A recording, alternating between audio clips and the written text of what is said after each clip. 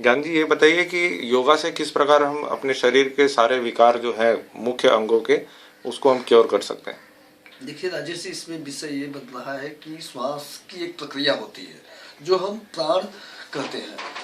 श्वासों का आवागमन ही जो है, श्वासों की क्रियाओं से ही हम जो है उनके विकारों को नष्ट कर सकते हैं। हमारे यहाँ वेदों में स्पष्ट किया गया है कि वायु के प्रकार 5 हैं, जिसे कहा गया है 5 में समान जो चेस्ट पे होता है, उदान जो इसके ऊपर हेड के ऊपर होता है, यहाँ से उठा हुआ भाग, प्राण वायु होती है जो हम श्वास लेते हैं या श्वास छोड़ते हैं, और अपान वायु होती है पेट के नीचे, मतलब यहाँ पर चेस्ट से नीचे के भाग पे, वहाँ अपान वायु होती है।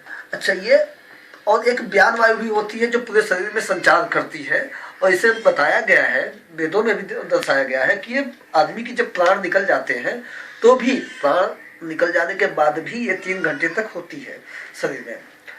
तो खासियत ये है कि इसको हम पहले इंटरनल कॉन्शियस कैसे हो, विषय ये आता है। इंटरनल कॉन्शियस हम उस प्रकार से होते हैं कि आजकल लोगों में देखा है कि लोग लग्जरी लाइफ जीना चाहते हैं, तो लग्जरी लाइफ में उनका जो है ब्रीदिंग पावर जो है वो बहुत ही वीक है, बहुत ही वीक है। पहले जो है बताया जाता है कि श्वासों के ऊपर, श्वास एक मिनट बंद करें। शिव सर्वोदय में एक जगह शिव जी ने जो है पार्वती जी से कमेंट, मतलब तंत्र ज्ञान देते हुए उन्होंने दर्शाया हुआ था कि श्वास की जो महत्ता है वो महत्ता इस तरह से है कि जितना डीप में श्वास जाता है उतनी लंबी एज होती है, और जितना कम होता है श्वास उतना ही कम एज होती है। क्योंकि श्वासों का भी उत्थान धीरे धीरे यूं ही ऐसे नाक से एकदम निकल जाता है, इसका एक रियल लॉजिक है। अच्छा, ये श्वासों के साथ कैसे हम शरीर के विकारों को नष्ट करें, बात यहाँ पर शुरू हुई है। तो इससे बता देना चाहें कि श्वासों को जिस लेवल पे आप भरना और छोड़ना चालू करोगे, चेक एंड पूरक से कहा गया है कि श्वास को डीप में भरिए आप और ताकत से श्वास छोड़िए, तो आपको इंटरनल आकलन होगा, आंकड़ा बैठेगा आपके अंतर्गत कि नहीं यार, हम प्रेशर कहाँ कहाँ पड़ रहा है, किन किन क्षेत्रों में पड़ रहा है। तो आपका दिमाग ऑटोमेटिक वहाँ पर कॉन्शियस होगा।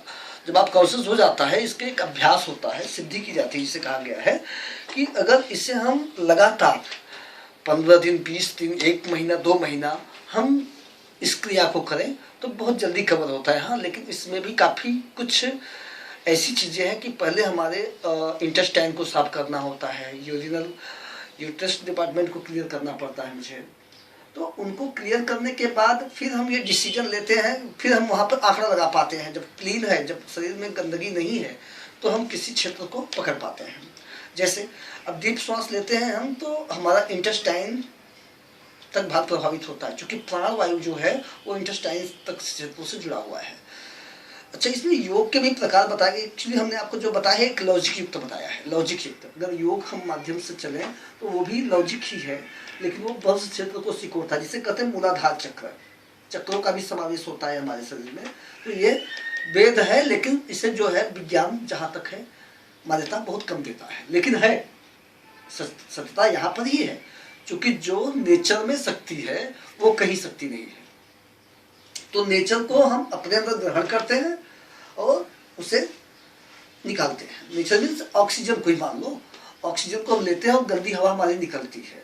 तो इसमें भी जब हम अंदर श्वास को लेते हैं तो ये 5 भागों में डिवाइड होता है, जिसमें हमने आपसे बताया है कि उदान वायु जो सर पे और यहाँ इसके ऊपर है, फिर समान वायु जो चेस्ट पे है, फिर उसके नीचे अपान वायु है, फिर पूरे शरीर में जो है वो व्यान वायु है, और जो हम श्वास लेते हैं वो उसे कहते हैं प्राण वायु, जीवन जिसे कहा गया है प्राण वायु। तो अब इनके जरिए ही हम वहाँ पर पकड़ पाते हैं। ध्यान रखिएगा कि अगर पेट में स्वेलिंग होती है, गैस होती है, तो शरीर के अंग अंग टूटते हैं, शरीर में अंग अंग टूटते हैं। तो टूटने का मतलब है कि वो व्यान में कन्वर्ट हो जाता है, यानी गंदगी हवा उसे कहा जाता है। गंदगी हवा चूंकि आपके सेल्स में भी, कोशिकाओं में वो घुस जाती है, तो वो कॉन्ट्रैक्शन के ऊपर हम उसे निकालते हैं, कॉन्ट्रैक्ट करते हैं। इंटरनल अगर हम गए, अपने आप कमांड लिया, कॉन्ट्रैक्ट किया, किस क्षेत्र को कॉन्ट्रैक्ट करना है, कहाँ पर बैलेंस देना है मुझे, तो इन छोरों से हम धीरे धीरे उस पर हम कब्जा पाते हैं, काबू कर लेते हैं। तब हम किसी भी छोर को उसे बेहतर से बेहतर प्रूव कर पाते हैं कि नहीं, ये चीज़ यहाँ से क्लिक करनी है, इसे ये यहाँ से होगा। हम इसी तरह से शरीर को एक मोटिवेशन देते हैं कि वो टोनिंग हो। कभी कभी जब गैस गंदी हवा ही होती है जो फैट का एक कारण बनती है, जिससे कहते हैं कि अब हमारे अंदर ये आ गया है,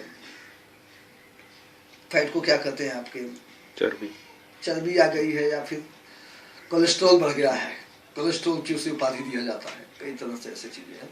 तो आजकल लोग जितना लग्जरी लाइफ जीने की कोशिश कर रहे हैं उतना ही परेशान है। अच्छा, कुछ लोग जो हेल्थ के प्रति जागरूक हैं, देखते होंगे आप कि सुबह शाम की जो है फिजिकली किस तरह से चलती रहती है। तो हमारा कहने का तथ्य है कि मेहनत तो होना चाहिए, पसीना निकलना चाहिए, चूँकि गंदगी निकालने के कई तरीके हैं। अब कहाँ से करते। अच्छा, ये चीज़ें जो हम आपको बता रहे हैं कि श्वासों का आवागमन में शरीर के ऊपर कंट्रोल पाना, इससे हमारे मेंटल थॉट्स पे भी डिपेंड करता है, बहुत अच्छा डिपेंड करता है। क्योंकि जब हम अपने आप को पहचान पाते हैं, स्वयं को देख पाते हैं, निर्धारण कर पाते हैं कि नहीं यार हम किस क्षेत्र को कैसे मूवमेंट दें, कैसे दिशा दें, तो उसी तरह से हम बाहरी क्षेत्रों के ऊपर भी अपना कंट्रोल जमा हुआ होता है और एनर्जी भी आप में समावेश होती है। और एनर्जी समावेश होने का कई तरीके हैं, वो भी हम आपको बता दें कि ऊर्जा का उत्पादन कैसे होता है, ऊर्जा हमें मिलती कैसे है। हमें तो ऊर्जा सूर्य से मिलती है, ये सच है, भोजन से मिलती है, ये भी सच है, लेकिन ये सब हमारे शरीर में जाता कहाँ है, ये सब बहुत एक लंबी व्याख्या है। लेकिन अभी हमारी बात हुई कि श्वासों का आगमन और जाने की जो प्रक्रिया है वो कैसे है, उसे कैसे पाए। तो मैंने आपका डीप ब्रेथ, लॉन्गेस्ट, ये जो है सिलसिला अगर हम चलाते रहें तो हम सदैव स्वस्थ हैं, सदैव ही स्वस्थ हैं। जिस तरह से उदाहरण में बताया गया है कि एक कुत्ते और खरगोश की लाइफ बहुत ही कम होती है और एक कछुआ की लाइफ बहुत ज़्यादा होती है। ये जो कछुए की लाइफ होती है बहुत ज़्यादा होती है, इसलिए कछुआ लॉन्ग ब्रेथ करता है और इनकी जो ब्रेथ लेवल है वो बहुत स्पीड में और स्लो है। तो श्वासों में भी ये बताया गया कितनी जल्दी स्पीड में आपका श्वास चल रहा है। ढेर सारी प्रक्रियाएं हैं राजेश, इसमें इसका मंथन करेंगे तो कहीं से कुछ निकलता ही जाएगा, क्योंकि ये बहुत ही बड़ी। Okay, thank you.